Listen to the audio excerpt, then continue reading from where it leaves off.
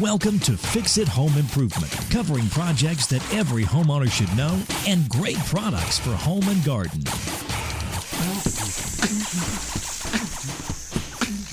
Hi, I'm JC, and this is where we share weekly home improvement tips. I'm here with my co-host, Cindy. Hello, JC. Hi, Cindy. This week, we're going to be talking about scorpions, and we'd like to thank Yvette Smith for liking and sharing the podcast. And our 9th book, Home Improvement Solutions, What Every Homeowner Should Know, should be out this month on Amazon. Woohoo. A paleontologist from Africa found a 360 million year old scorpion fossil, and it looks very similar to modern scorpions. And there are fossils of ancient scorpions that are over 3 feet long. They were around before the dinosaurs. Pliny the Elder, the Roman historian, around 60 AD said scorpions are a plague and a curse from Africa. That's not nice. They're poisonous like a viper, and they inflict a worse torture on their victims with a lingering, painful death that lasts 3 days. Can you really die from a scorpion? Yeah, out of the over 2,000 species of scorpions, 30 or so of the species have a venom that could potentially kill a human. Bummer. In the U.S., the most dangerous scorpions to humans are the Arizona bark scorpion and the striped bark scorpion. Most scorpion stings are painful but not deadly, and people who have been stung describe the pain like a severe electric shock or getting poked with hot metal or having a cigarette put out on your skin. The Mayo Clinic says a scorpion... How are those are the things they're comparing it to? Yeah, and how many people get a cigarette put out on their skin? Or get poked with hot metal. So the Mayo Clinic says a scorpion sting will cause pain, and it can be intense. It'll also cause numbness and swelling. People who have been stung previously can have a severe reaction to a second sting. It can cause vomiting and interfere with your breathing. And here in the U.S., children and older people can have a potentially dangerous reaction to the sting of the bark scorpion.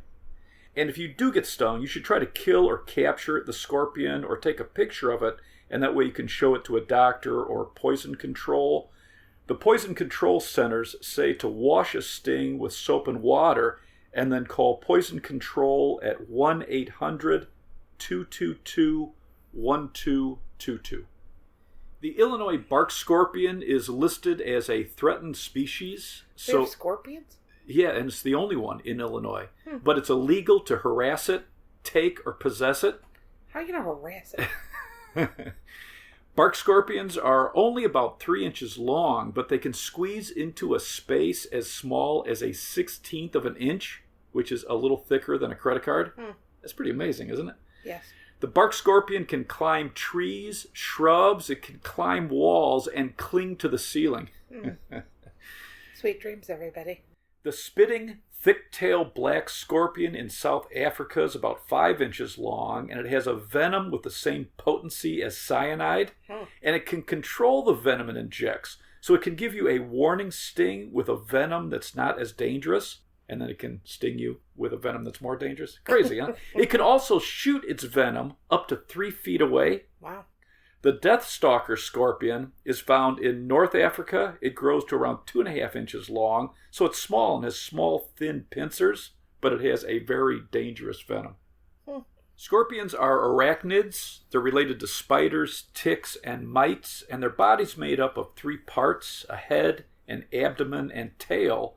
They have 4 pair of legs, 2 front arms with pincers, a tail with a barb for injecting venom, and they have 2 main eyes with 2 to 5 pair of smaller additional eyes, although some cave and forest scorpions are eyeless. And scientists say scorpions don't have great eyesight. Isn't that crazy with all those eyes? But they do have great hearing and sensitive hairs to pick up vibrations, along with a sensory organ between their last pair of legs to detect prey. And scorpions around the world range in size from a 1/2 inch up to 7 inches long. They're nocturnal, and they have an exoskeleton, so they have to molt the first time after a couple of weeks, then 5 to 6 times till they're full grown, usually over a 2 to 6 year period depending on the type of scorpion. The average lifespan is 3 to 8 years, although some can live 15 to 20 years. Wow.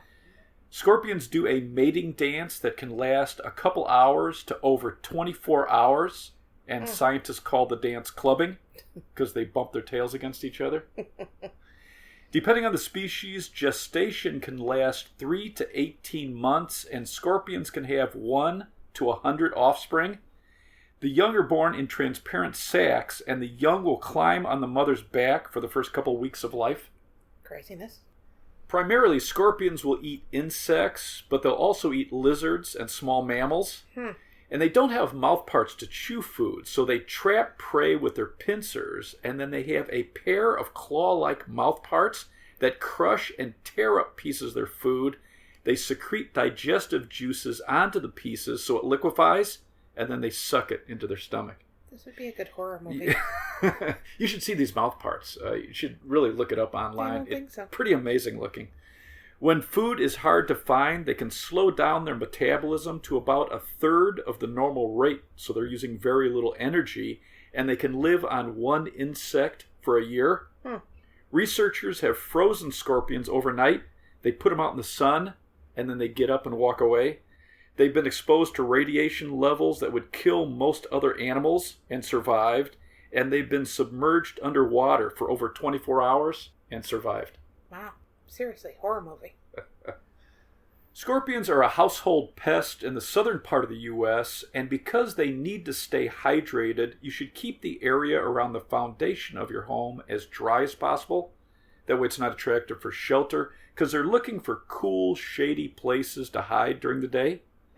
You want to keep landscape plants away from your home, trim back bushes and tree limbs so they can't climb up easily into a window or on top of your roof, and don't have grass up to your foundation walls.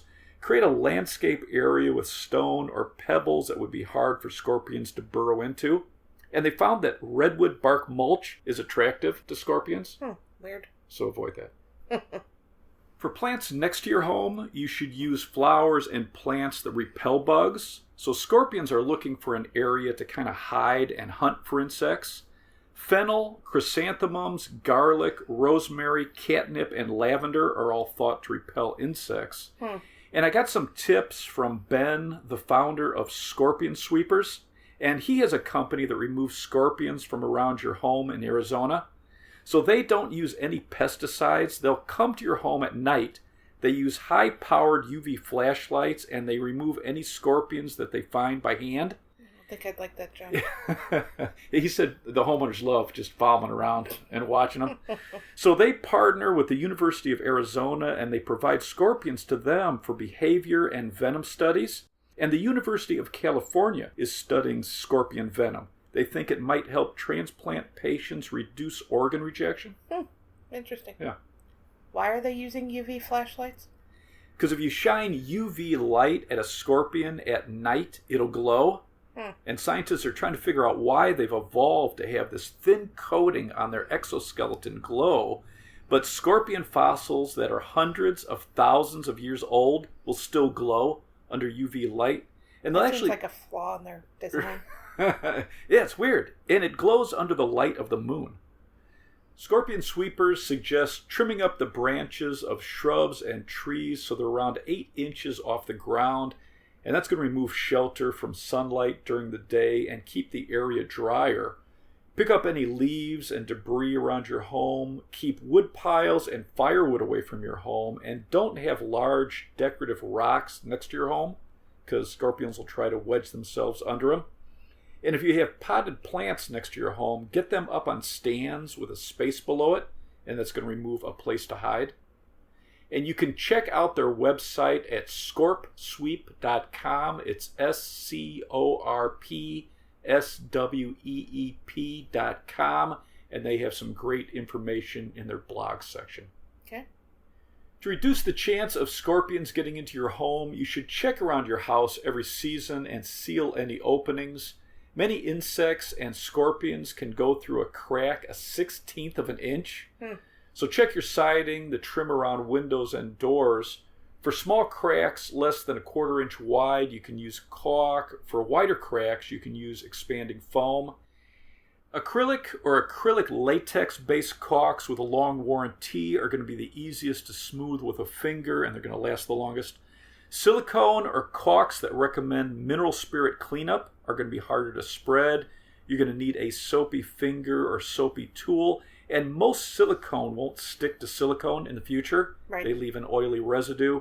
Latex-based is going to be the easiest, and it's paintable. You want to look for water cleanup on the label. Some top-rated caulks, the DAP Extreme Stretch. This one has a lifetime warranty, and DAP is D-A-P. Sashco Big Stretch has a lifetime warranty. Sashco is S-A-S-C-H-O.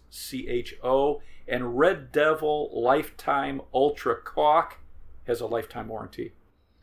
For deep cracks, you can push in a foam backer rod and keep it about a 1/4 inch below the surface, and that's going to support the caulk and create another barrier for insects and scorpions. For wide cracks and gaps, expanding foam does a great job, and you can use wide painter's tape around the gap and only fill it about 1/3 full. You want to wait till it's fully cured before you trim it, and then you can trim it with a hacksaw blade or a knife. And then you want to cover expanding foam with paint or caulk, and that's going to protect it from UV. Red Devil, Loctite, it's L-O-C-T-I-T-E, and Great Stuff have all top-rated expanding foams. Check for holes in screens. You can get screen repair patch kits at the hardware store, or you can rescreen it yourself. You just need that spline roller tool. It's fairly easy. You've done it. Yeah. So if I can do it. And many hardware stores will rescreen it for you if you don't want to do it yourself. If you have dogs or cats that damage your screen, you can put in a pet screen. It's a very durable screening that'll stand up to your pet's nails. My cat used to climb the screens. Yeah, that's cool. No, it wasn't. Check the weather strip around doors and windows, replace them if there's any gaps, and check for gaps under your garage door. There's a Liverpool-based company in the UK that sells garage door thresholds. So your garage door closes down on this, and it helps seal out insects and air movement, but it's also designed to stop water, if you've got a problem with water going into your garage. So they vary from 1/2 inch to 2 inches high, and the lower part of that threshold, that's what your garage door closes down on, but the higher part will stop water. Interesting. And they're called Garadry. It's G-A-R-A-D-R-Y. But they say it much cooler than I sound. If you have a brick home, you may have weep holes around the base of your walls. So these are openings between the bricks, so the vertical space between the bricks and the bottom course of a wall. Every few bricks, you'll see an open space where you think mortar should be, and you don't want to fill that. Depending on your location and the design of your home, they want these open so that water doesn't build up behind the wall and rot wood. So you can push in some foam so insects can't get in, or you can buy something called a cell vent. It's C-E-L-L. It'll push into that, and that will allow air movement, but it'll stop insects and scorpions. Cool. You want to keep the humidity levels under 50% in your basement and crawl space. So extend the downspouts from your gutters 6 to 10 feet away from the foundation, and replace old incandescent outdoor lights with yellow bug lights to attract less insects around your home. The entomology department of the University of Georgia says blue and green lights are more attractive to insects. Yellow, orange, and red light is less attractive. So bugs are attracted to UV also. LED bulbs produce very little UV. So LED bulbs in the 1800 to 2500 Kelvin range, and that's Kelvin, 1800 to 2500 K would be in the orange range. Okay. 2500 to 3500 K is in the yellowish range. Around 5000 K and higher is bluish in color, and that really attracts bugs. So check the lighting facts, that's the label on the light bulbs, and it'll be a range of warm to cool, warm being yellow, blue being cool. Exciting. There was research done by the University of North Carolina, and they studied light bulbs and the amount of bugs that they attracted. Over a summer, they trapped 8,887 bugs to different types of light bulbs. Seriously, they couldn't trap one more bug before they ended their study. Incandescent caught the most. CFLs, number 2. Halogens, number 3. LEDs with a blue color light were number 4, and LEDs with a warm yellow light attracted the least amount of bugs. The University of Kentucky recommends using a border control around your home's foundation walls. They say that pyrethroids are very effective at killing scorpions and the insects that they're hunting. Pyrethroids are the synthetic version of the insect-killing chemicals found in chrysanthemums, and the natural version is pyrethrins. Right. There are quite a few versions of pyrethroids. Most are less toxic to humans and animals compared to other pesticides, but they are toxic to cats when they're wet, highly toxic to fish and honeybees. So make sure you're using them as directed on the label, and don't spray on a windy day where the chemicals could get on plants where honeybees would be collecting pollen and nectar. Mm-hmm. The University of Kentucky recommended Spectracide Triazicide, and Spectracide is Spectracide, Ortho Home Defense, ORTHO, and Bayer Advanced Multi-Insect Killer. They're recommending spray it 2 to 6 feet wide on the ground and spray 2 to 3 feet up the foundation wall all the way around your house. Texas A&M University says if you're using a border control to control scorpions, use the highest recommended application rate, but don't over-apply. And I read an article warning about Aldicarb. It's ALDICARB. It's sold in neighborhood stores to kill roaches. It's called Chinese chalk or miraculous chalk or insecticide chalk from China. The EPA says do not use it. It's highly toxic to people and pets. Outside and around your house, crickets are one of the favorite insects for scorpions. So crickets are drawn to warm, moist areas around your home. You want to eliminate weedy areas, wood piles. Garbage cans attract crickets. They're also attracted to the UV in light bulbs and blue lights. So you want to keep the border around your home dry and not friendly to insects. Inside your home, roaches are a favorite food for scorpions, along with centipedes, spiders, and any other insects they can find. The University of Arkansas suggests using sticky traps to monitor what's going on in your home, what type of insects are a problem, and it also traps scorpions. Inside your house, you want to eliminate any standing water and damp areas, so check under your sinks to see if you have any moisture problems. Check your laundry rooms, the basement, crawl spaces. Scorpions need water. To eliminate roaches and other insects inside your home, Bengal roach spray uses permethrin and a dry propellant, and this way it gets deeper into cracks and behind walls. Bengal is Bengal, and this will flush out and kill roaches if you have them, and it keeps working for weeks. It also has a tube so you can get into narrow cracks. Why are we talking about roach spray?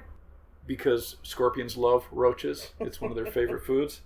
Terro, it's Terro, has a scorpion killer, and it uses a pyrethroid similar to permethrin. This comes with a tube so you can get into small cracks, and this will kill scorpions immediately, and it keeps working in the area where you spray it for weeks. Harris, it's Harris. They have a scorpion and insect killer that uses a trigger spray bottle.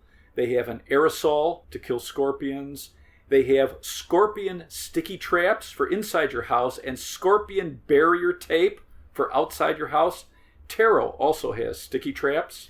So what happens if you have a sticky trap and you catch a scorpion? That's kind of dangerous, You get right? a frying pan. Or a hammer. If you're in an area with scorpions, make sure you have boots. Harris also has a scorpion killer kit. It comes with a gallon of interior-exterior scorpion spray, an aerosol spray bottle, scorpion traps, scorpion barrier tape, and a UV scorpion flashlight. And it also kills a wide range of other insects. How cool is that? Super cool. When I spoke to Ben from Scorp Sweep, I asked him about using diatomaceous earth for scorpions, and he said he's actually tested it for about a month on scorpions, and it did not work on adult scorpions. Where diatomaceous earth and silica gel are both non-toxic ways to reduce the amount of insects in your home. And if you're using these products, it's a very fine dust. You want to make sure you wear a dust mask while applying it, but it's not toxic to humans or pets. And when you put down a dust like diatomaceous earth or silica gel, make sure you can barely see a layer of the dust. If you put down too much dust, insects will avoid it. Right. It's actually more effective if it's a super thin layer. If you're in an area with a scorpion problem, one suggestion if you have small children in cribs is to put the crib legs in wide-mouthed glass jars, and scorpions can't climb up that. Make sure you pull the bed away from walls, drapes, and furniture, and don't allow any bedding to get close to the ground. And another suggestion was buy a cat. Cats love to kill scorpions. If you're camping in an area with scorpions, especially if you're not used to... Well, if you go camping and like you come from like Illinois, where you're not used to ever seeing a scorpion, make sure you're taking precautions. You want to wear shoes all the time. Wear gloves when you're going in and collecting firewood. Make sure you're careful around rock piles, wood piles. Keep your sleeping bag rolled up, not laid out and open, because they like to tuck themselves under stuff. Get tents or use a tent with zippers. Keep everything closed up. In the morning, shake out all your gear and your clothes before you put anything on. And then if you have to go out at night to use a washroom or if you're collecting firewood, make sure you have a flashlight with a black light so you can see the scorpions glow. And spray all your gear with permethrin. Mm-hmm. It kills insects, ticks, mosquitoes, and scorpions don't like it. Do you have anything else to add?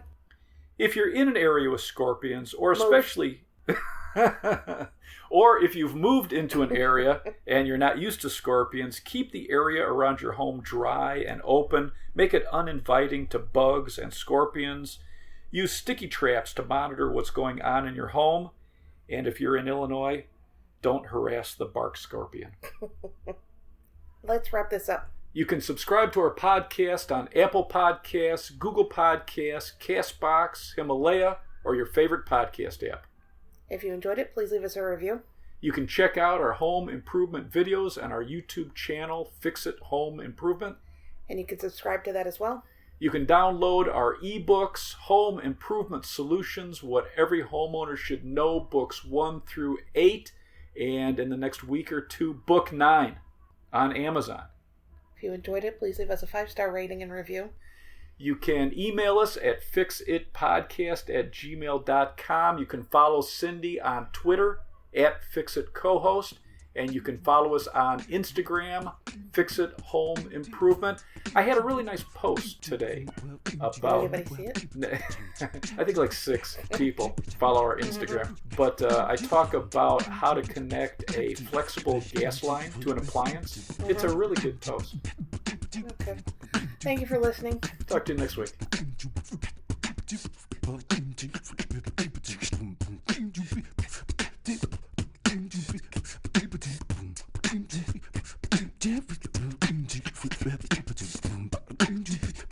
Different